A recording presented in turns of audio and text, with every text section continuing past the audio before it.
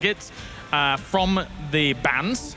So now going into the fourth game here, I feel like there's so much momentum on the side of Fnatic in terms of not only play, but also mental stability as a whole. Yeah, I feel like this was a huge psychological victory for them here because they were able to take a lead, hold it, and finish it out as they should, which has been a while since we saw that between these two teams. We're going to be on Infernal Shrines next. Tetra, a map that traditionally actually both teams have been very good on. I would say maybe Dignitas has had a bit more results on it than Fnatic, but overall still very even. Yep, absolutely. Both teams really like this map due to it being one of the most common map picks in the Western scene in general. So they've had a lot of practice on it. We've seen basically every hero under the sun come out on this map in some form or another, but it is somewhere where we do get to see the pleasure that is sometimes main as Kael'thas. That doesn't always come in, but once again, that's a very occasional thing due to the fact he is so vulnerable compared to some of the other more mobile assassins. And they may be hoping to do something like that fan at the moment, because considering they are one game away from being knocked down to the lower bracket, and from that point on, they would have to face either L5 or MVP Black. That's a scary prospect. Yeah, that is definitely the case here, and I kind of want to see what Fnatic does with their opening. Stitches is actually not that good on Infernal Shrines. He can work, but hard to maneuver around the shrine area here, so wonder if they'll stick with their strategy of banning JPL's favorite heroes. All right, game number 4 here as we get into the draft. Very serious time now, as Fnatic is one game away for qualifying for the grand final of the mid-season Brawl. Greymane as the first ban here. Great assassin for Quacknix, banning it out, removed a lot of that immortal poke. And no, the Stitches is left open. It can work. The slam build is really good for assisting on clearing the shrines, but like you said, mobility can be a problem. But this is the 4th assassin ban in a row by Team Dignitas. Yeah. Which is like vaguely aimed at Swimpy and Quacknix, but I feel like they have enough versatility. Loving the Anubarak pickup because 3 times in a row Fnatic got Anubarak and they did a lot of big work with it. It counters Mene and it forces a very rigid draft. You need a cocoon breaker when you go up against him. So Dignitas has now blown the draft wide open. But let's not forget all the other weapons Fnatic has. There's the Haka, there's Abathur play, which could be really effective, but I really like the opening by Dignitas. Maybe not the ban, but definitely the first pick. Yeah, this should be interesting. One thing I want to say is, like, Fnatic, I don't think they really played much Illidan in this tournament. I saw them play it once against MVP Black with an Illidan task on Tomb, and MVP Black won that game, so wonder if they're going to stick to, or wonder if they're going to venture out into the Abathur, like you said earlier, or the Tastar, or if they're just going to stick to complete comfort picks. A strange statistic is I believe Fnatic have actually played more Samuro than Illidan in this tournament as they played that in the very first match. This seems like an obvious pick for me for Dignitas. You take Abathur and, what was I thinking, Malfurion, I think would make a lot of sense. Even though you're up against the Haka, if you don't take Abba here, you just get out-soaked, no? Well, it is Infernal Shrines. This is one of the easier maps to kind of soak. So if you want to pick something that can double clear, such as a Leoric or even an Illidan, you can get away with it if you want to, but the Abathur pick is always up there. It's not bad at all on this map. They could also go with Mene's favorite hero here. He has been counterbanned quite a bit, but it is actually going to be an early Illidan. With only the Malfurion so far to support it, they can go into an into a Tassadar, Medivh, or Zarya, anything like that they feel would be required to help assist the Illidan, because there's only Fnatic can only ban one and then maybe pick 1 or 2. Does this not ban an Abathur? Does this not force an Abathur ban by Fnatic with the inherent threat of Illidan already there? It is definitely a worthwhile ban here, but even if they ban it, you can still go, you know, like Tassadar or something, support the Illidan in different ways. So I wouldn't be surprised either way. We'll have to see what Fnatic decides. Fnatic could, in theory, go for the Tassadar ban here, and then if Dig don't ban out the Abathur, they could pick it and go for the double Genji. Oh yeah, that's true. It could be quite good. You would have the, yeah, that could work. They could also just pick another assassin as well that could be copied, or even a tank. We talked about the double Arthas before. It can be very effective. On the side of Dignitas, do they just try and ban out Arthas now? I would expect an Arthas ban with an Illidan in your... No. Oh, Diablo. So straight Arthur's pick from Fnatic, most likely just trying to get something to help deal with that Illidan. Yeah, Arthur's makes sense. I think the Diablo pick is because of Fnatic's previous games on Infernal Shrines. We saw them play against Roll20 where they ran Diablo Zeratul and just womboed and completely, you know, crushed Roll20 in that game with that wombo combo. Yeah, that's true. But of course we see if you're gonna ban Diablo, you're giving up Arthas to the enemy team when you have Illidan, so also pretty rough. Tychus, a logical pick. He's one of the best counters to Arthas, and Team Dignitas plays him aplenty. Yep, he also is fairly reasonable at kiting Illidan. If you are able to keep him safe from the other heroes, he can use that overkill and then pull backwards through the rest of his team to make sure that he can just deal damage and pull Illidan out of position. So there's one interesting thing here that I feel like Dignitas has already set up for. We've seen European teams, both Dig and Fnatic, they run the Cocoon one target, Hunter Judgment another one. We've seen both of these teams run that strategy. Malfurion walks in afterwards with the Twilight Dream, so pretty obvious that their strategy is going to be some form of that wombo combo where you Cocoon one target and then you just go on another one with Hunt and the stuns. And right now Fnatic doesn't have a great way of dealing with it, so I think another thing that Dignitas did is so genius, as we see Falstad and Limin come in. They go with the early Illidan. You see the Tychus and Arthas. Fnatic doesn't really have an engage. They don't have like a fantastic way to start a fight. Away from just hitting a Howling Blast or a Drag Tongue, there is not mobility on Arthas, and you can remove the Haka tongue with Wave of Force. So Fnatic might have a bit of trouble forcing an engage, I think, anyway. So Dignitas didn't go for the Tassadar, Medivh, etc. They are relying on purely Malfurion to keep Illidan alive here.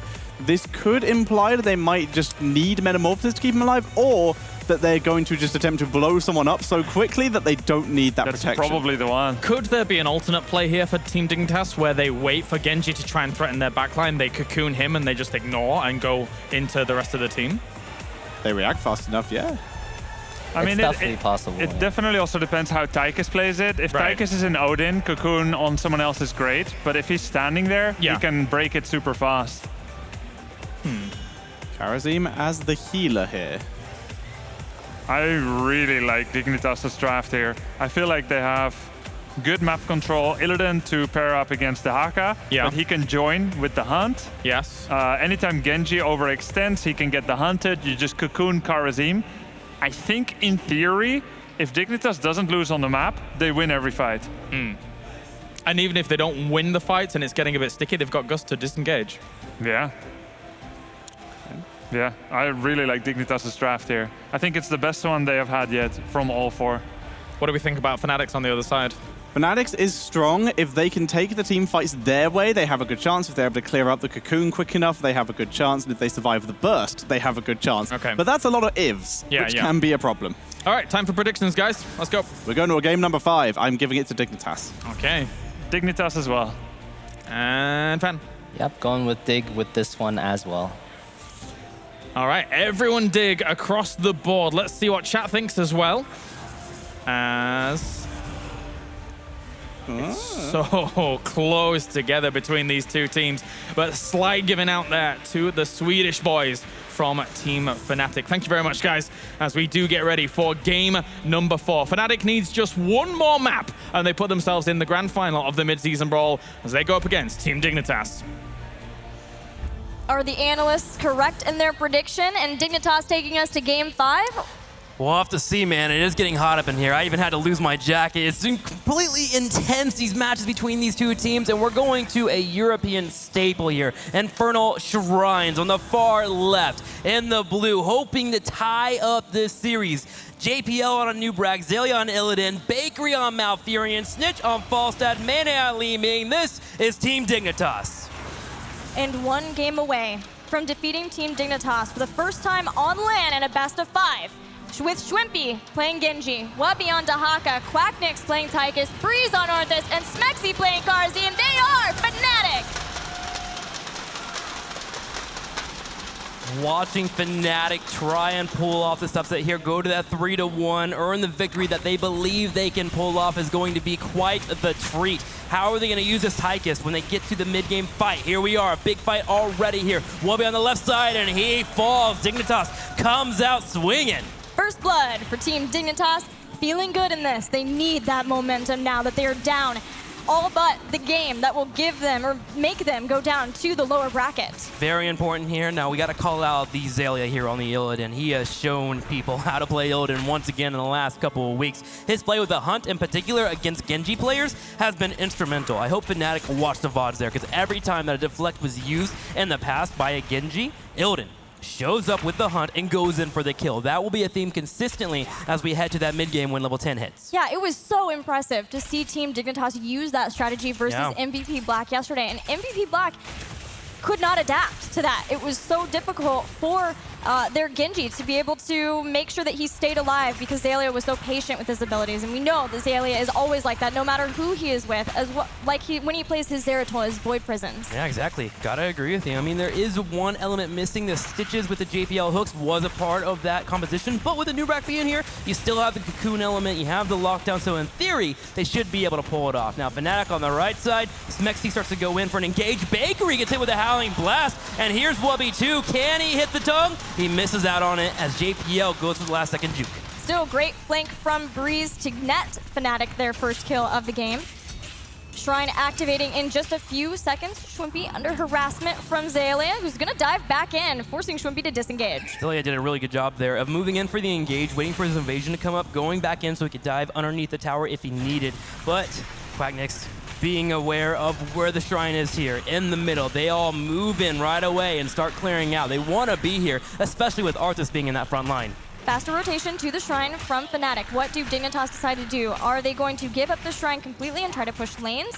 That may be the case here, as we see a lot of the members moving down to the bottom lane, looking for the flank on Wubby. They're moving in here. Stitch even diving on the bottom right. They look for him. The hammering comes out. Burrow will hit as Wubby goes down here. Does he get taken away? Yes! Dignitas with the kill. And this has become a common strategy. If you have a pick composition, you just go for kills in the early side. You can defend a Punisher pretty well, especially if you have a 5v4 setup. You can put resources in different lanes and move towards that ever-important level 10. And Dignitas will employ that strategy here while Fnatic finishes a Punisher. And especially when it's the early game, when death timers are shorter. So if the gank goes south quickly, they will still have their resources back up soon. But also when it's easier to burn down a Punisher just like this. I mean, just look at Dignitas. What are they going to use in clear here? Falstad? He's probably going to be in a situation where he gets burned out. So I love the play overall for our two teams. Fnatic playing aggressive here on the top left corner. Illidan playing safe. Typically with an Illidan, you're going to see him peel off around the 3 to 4 minute mark and start working on mercenary camps. Fnatic aware of this, go in for that engage in the top left, decide no one's here and pull on back. But I like their awareness here, paying attention to the opponent's composition and be willing to move in if Xaylia were to be there. Wubby knows a lot of the members of Team Dignitas are not showing on the battleground, so playing safe in the lanes, already been ganked once, does not want to continue to get caught out by Team Dignitas. We have a trade from both of our teams, 2 in the bottom, 2 in the top here. Illidan and Mane do a really good job at sieging away on that turret, but with Smexy showing up, he's going in for a couple of punches of his own. Xaylia barely gets away, but look here in the bottom. Schwimpy gets aggressive on that turret. He's already working on it well. This is kind of a cheeky maneuver you can pull off against a Falstad if they miss out on the hammering, because once the W comes out, you can just dash away. Man, I hate when Genjis do that to me. They Just go in and take out the wells. They do it all day. Probably one of the most annoying characters that we've ever played against. But man, Genji can be so solid in that scenario, and he did pretty well, burning on that well, getting it low on health. Now in the top right, mercenary camps being grabbed for both of our teams as they prepare for the next Punisher phase.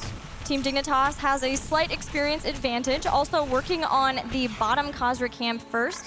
Xaylia holding out on the Fallen Shaman until the Shrine has been shown so that they know that they have a really good pick or push, but so then again are Fnatic. That they are, man. It's all about the patience here. One of my favorite maneuvers to see high-level players use when they can. And with the Shrine activating the bottom, grabbing that top lane and pushing in, definitely going to favor Fnatic here. They have the Global. They have Dahaka. They can afford to push that in, get aggressive overall, and continue moving forward. While Xaylia, if the team wants to fight, Dignitas in particular, they have to rotate down. Falstad does head up to the top lane to deal with it, but remember, Dahaka, who can brush talk quickly, definitely can come down faster. There are so many mercenary camps that have to be dealt with by Fnatic. For now, They are getting an earlier start on the Shrine, but potentially are just going to have to be taken off of the Shrine. Yeah, Dignitas are pulling all of Fnatic up, hoping to get a pick. Can they move in for it? JPL is low. Here comes Schwimpy. JPL is just taken out. Bakery on the left side is caught by Wubby with a drag. Schwimpy looking for the kill. Can they get it? Bakery's getting low. They do hit the tongue, and they get 2 kills. Fnatic gives up time on this Shrine so that they can get the picks, and they are rewarded with 2 kills, catching them up in experience, and now putting Breeze back onto the Shrine. He has such a good clear as an Arthas that they can still keep some other members in the lanes to soak their way up to 10 and clear out the mercenary camps, as well as the waves that had been pushed forward from Dignitas' camps. Now let's talk about level 10 here. Fnatic actually gets really scary at 10. First off, you have the power of Genji with that Dragon Blade, diving those back lines, looking for Malfurion, Falstad or Li Ming, all juicy targets to take out. And then you have Odin on the front side who can siege up here for Tychus, which is great for pushing with Punishers, for clearing out that front line. I mean, a Nubrak, if they're not able to get Cocoon engage, a Nubrak will melt to that Tychus. There are the heroic abilities. Isolation picked over Adaptation. Love There's it. the Odin and Divine Palm.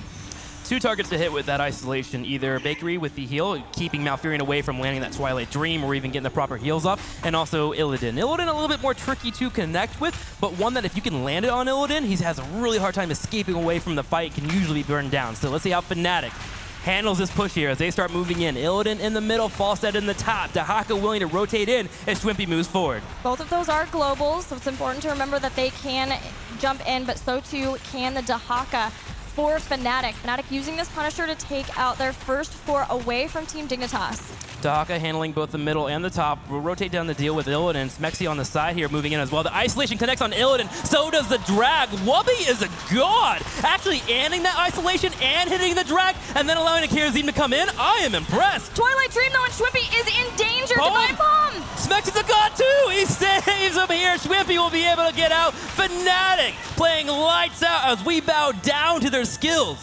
That was incredible. The Punisher will be dealt with, but Team Dignitas thought they could at least get the turnaround kill on Schwimpy after losing Zalia. But in that instance, they used Twilight Dream and didn't even get it thanks to the great palm by Smexy. Fnatic are playing out of their minds in the start of this game. They'll take the opportunity to push in the middle, Hunt. but here's the Hunt as they charge in. They look for Odin. He pops it immediately there to get that resistance. Quackness is kiting backwards. Can he live? The palm not being available won't be here, and Dignitas is answering back. But they know that there is no Dragon Blade, so Fnatic feels comfortable trying to re-engage. They not quite getting the kill with the Dragon Blade, so Team Dignitas quickly getting a kill so they don't let things spiral out of control. Isolation. Wubby with the Isolation again. They turn around. They're looking at Zalia. He's able to get out at the last second, but still blinded for a second or two, finally retreating away from the area. But this game is definitely coming down to heroics. The Hunt coming in from the fight, trying to blow up targets. Cocoon here as well. I'm loving the Isolation play by Dahaka in particular. So far, Fnatic with an extra pick in their ability to get a fort down slightly ahead in experience. But one thing we know about Team Dignitas is the comeback potential is real for this team. And I would argue they're in a better position than they were in the last game. Here they have major tools to get into a fight, and they have Disruption. They have Wave of Forest, Twilight Dream, Cocoon, the Hunt, Falstad, Mighty Gust. If they ever feel like a fight's not quite going their way, their pick potential is insane when you actually look at their global potential. The Eldon moving in, the Falstad following up. They definitely can get into moments here where Fnatic kind of has to sit near each other consistently. Yeah, that is somewhat dissuading for even Wubby, who is Dahaka, who is safe, but didn't take Adaptation. He wanted to have Isolation so that he could take out Zayalia, but it does limit his self-sustain now whenever he wants to soak in a lane by himself. That's a good point. Typically when the Hunt is pulled off on a Dahaka, you just burrow and then you walk away from the fight and don't get stunned out. But with a Falstad following up, that could be scary. They hammering for the slow, Illidan chasing. Yeah, Wubby's gonna have to be very defensive with his play overall. Now, here is another Shrine. In the middle, it will be an Arcane Punisher. Our teams are setting up. I'm watching Breeze in particular. He'll be the one to really hold those chokes here for Fnatic. 13 versus 13 between the two teams. Both have a fort here in the mid lane.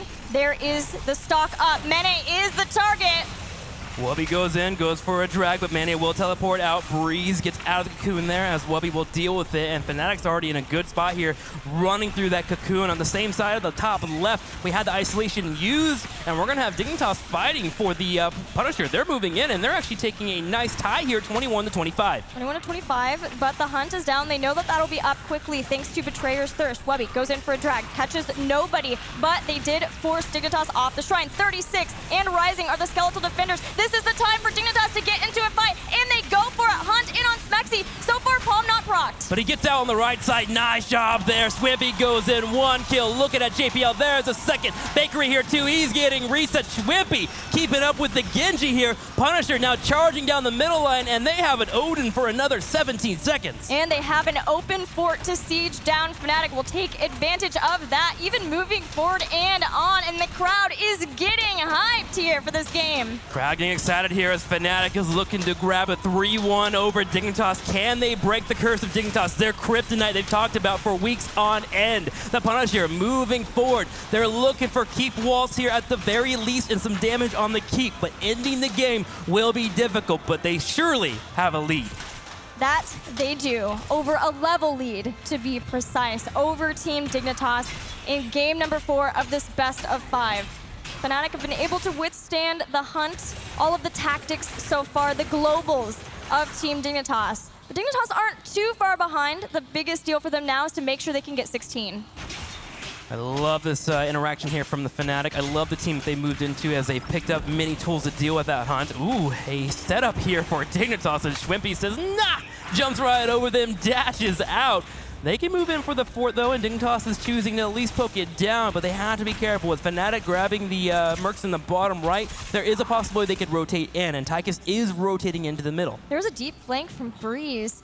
Sees all the rotations. Just says hello to Mene. Just a little tickle with some ice there, getting Mane pulled back, and the 16 is great for Fnatic, but I need them to do something with it right now. They have this talent advantage, but they're not really sieging too much. Couple of options. You can use it on the bottom wall, burn in through some keeps, get some damage on them, grab the mercenaries, at least get stuff pushing, look for grabs, but Dignitas, they're not going to be a spot where they're going to get grabbed. They're a little too good for that, so I'd rather the option of moving into a keep, and Fnatic is doing so. Even just sieging with a couple grenades is better than nothing. Yeah, they are stepping forward, but understandably, they are being cautious of Team Dignitas at this point.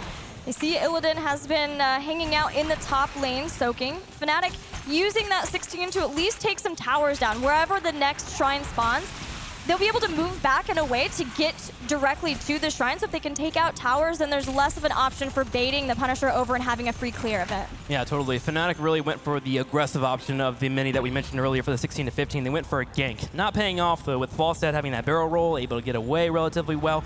And we're in a good spot now for that Falstad, speaking about it. Level 13 hitting for that Giant Killer, 16 grabbing talents as well to help out. He can start getting in these engagements, and if Arthas oversteps, we can start to have him actually burn down, with Falstad being very effective with that Giant Killer. Well, level 16 is now here for Dignitas, so they're tied up in the talent tiers.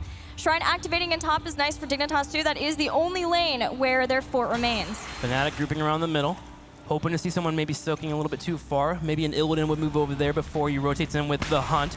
Nothing occurring, though, as Dignitas is playing very safe at the moment. They have their Illidan in the top left. They know members are here. Dahaka by himself has already started the Punisher, so Fnatic doesn't have to race anywhere. They play it safe, they play it patient, which is important here. Schwimpy on the left side, also seeing Bakery, slowing the rotations. I'm loving this move from Fnatic.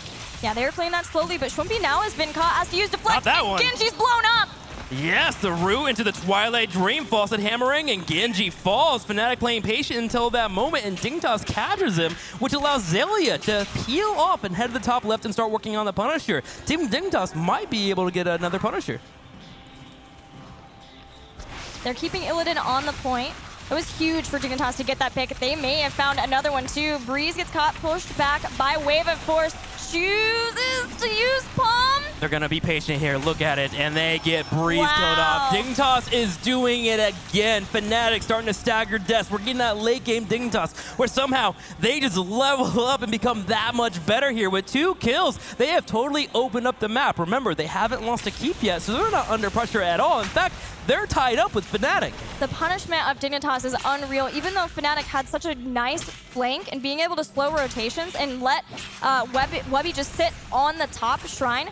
Losing one and now losing a second person has made Fnatic completely give up the shrine now. Instead, just getting whatever they can, getting a mercenary camp here, pushing a lane there, because they know eventually they are going to have to contend with a Dignitas Punisher. I am wondering about Dignitas and what they're going to do here. Do they let the Punisher push by itself in the top lane, just naturally do damage with the aid of Illidan, and then group up and move somewhere else? Because their team isn't really the best at sieging in a quick fashion. They do have Li Ming and Falstad, so they can slowly burn down a tower, especially with the aids of mercenary camps, but they're not as effective with pushing with the Punisher as, say, Fnatic would be, especially with the Odin being available. And it looks like that's the case. They're pushing the top here with the Illidan, allows for him to hunt in at any point. They can rotate to this top right corner and set up a gank if Fnatic goes in for an aggressive defense. So Dignitas playing this nice and slow and to their strengths. Yeah, Fnatic realized that they have to make the slow rotation back now.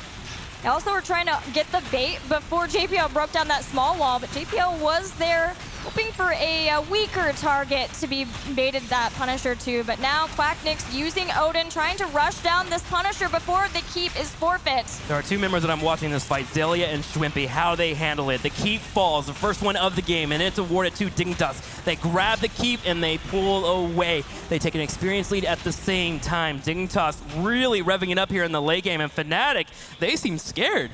Yeah, Dignitas being able to force positioning from Fnatic there in the mid with the double Khazra camp and then having Illidan along with the Punisher, but then also taking out that small wall so that it just wasn't a free clear. Bakery uses Ice Block. Baker uses Ice Block, but is it enough here? Oh my, Genji, he falls fast, so does Karazim. Paul doesn't even get used. Mighty Gus from Snitch here on the right side on top of Breeze. Wubby looking for a kill, but he's being peeled off. Fnatic are in shambles as they try to retreat, but Zaelia is chasing, and once you get an Illidan chasing, it is so hard to get away. Is this game? Can Dignitas just go for the win? It's looking like it. Bakery's being chased on the left side here, but you see Illidan and Falstad head in the top. They're going to start pushing in this wave. Illidan can be on core. It's 30 seconds before Genji's up. It's 40 seconds before Tychus is up. There's only an Arthas and a Dahaka, and Zaelia knows it. He goes straight for the core. They're keeping everyone else away, going after Mene as the first damage dealer. They will take out Mene, but it's still Zaelia on the core. Still, the shielding is still up. We've got 20 seconds until Karazim is back. Genji will be back even sooner. Only these 2 warriors to defend, but they've caught Snitch. Mene actually survives. He's on the back right helping Steve too, but they finally do get Snitched by Illidan. Look at Zaelia. He is full on health. The core continues to fall.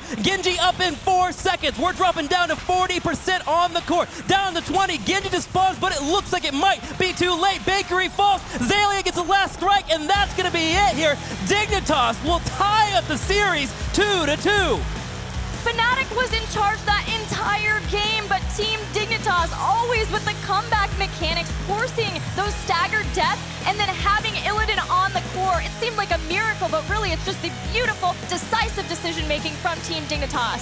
And what a better way to see this series. We're going to a game number 5. Will Fnatic be able to take a second here? Reset themselves, be ready for game number 5, and realize, they're here in Sweden, home field advantage. This is their tournament that they've been going for. Or are they going to succumb to the pressure that Dignitas continues to put on them? Oh, I hope, for the sake of an incredible game 5, that it's the first option, and that they're... Wait, which order did you have the options in? I just want to go for the I option just want it to be awesome. Either way, it's got to be awesome. Game 5. Panelists, what do you guys want to see? Well, at this point, we've seen everything and everything. I can't believe what we just saw. Somehow, someway, Dignitas here in game number 4 ties it up and makes it happen. I'm never going to hear the end of that Bakery play. Yeah. Did you guys see when I ice blocked the isolation and then did the Twilight Dream and then I bolted to the core and I won the game for us? Do you remember? The problem was, it was a godly play. Yeah, Which is... we can't take it away from him. It was incredible. And the tradition continues. A best of 5 going to a 5th game between these 2 teams. We just can't stop them. No. Phenomenal play, though, overall, fam. Yeah, definitely. Like you guys said, I mean, Bakery constantly talks about how he brings mechanics to the support matchup. So, grudgingly, I do have to give him that. That was some pretty solid mechanics there. And we do have the replay of that final fight / chase. So if we just slow it down right here and pause, you can see how my close God. it was. No. So I almost feel like he was trying to ice block the tongue, but we give him the credit there. Yeah, ice blocked something. Really, really good ice block. Dodges the isolation. Also, JPL instantly, just instant reactions on the cocoon there, so he cannot follow up with a tongue. And if we play on here, this was actually a 5 versus 4. Falstad was bottom. He flew bottom, but the rotation is pretty fast. We see Bakery turns around there with a 2-man Twilight Dream. The critical thing being the Monk actually dashed into Bakery there, going for the kill.